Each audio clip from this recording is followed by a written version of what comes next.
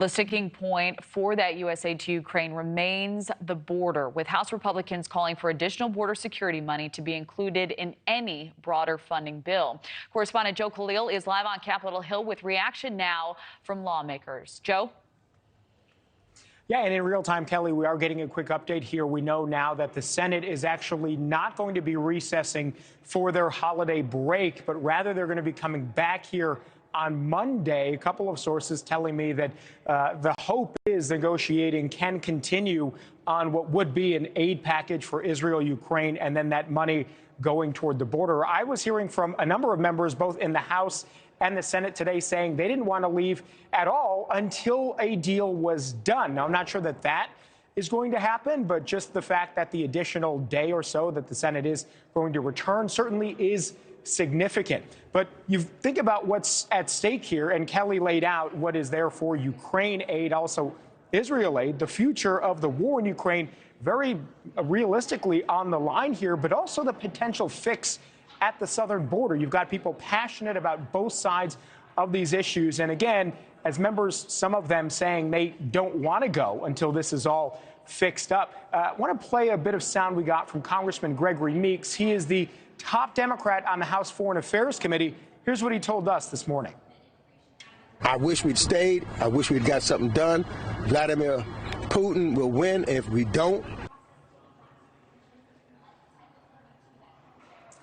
now, what we're hearing from Republicans who are still negotiating this, and Kelly, as we mentioned, the border situation being the sticking point here, many of them want a return to a number of policies that happened under the Trump administration. So think the Remain in Mexico policy, think a tightening of asylum laws to make it harder for people to apply for asylum. There are also calls to sort of revert back to what we saw under Title 42, which would give the authorities the ability to more quickly turn away migrants at the border. All of that now still on the table as the negotiating continues, but it is an incredibly tough subject and has been for decades now. So when you're pairing that with Ukraine aid and Israel aid, it is certainly no surprise that this is a really tough negotiation as both sides and the White House now try to work this out. A hot button topic, absolutely. So, Joe, is it the sense that Democrats think the White House is giving up too much in these border talks?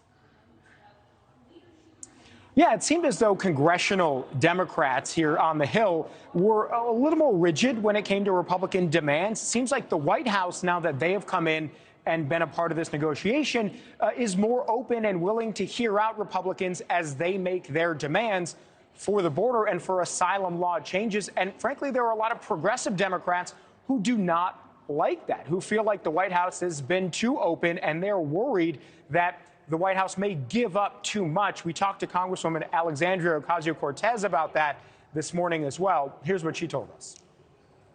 Congresswoman, do you have any concerns about how the White House is negotiating on the border right now for the supplemental? Oh, absolutely. You know, I think it's a major issue, and it's important to make sure that we don't send the wrong message to our immigrant communities.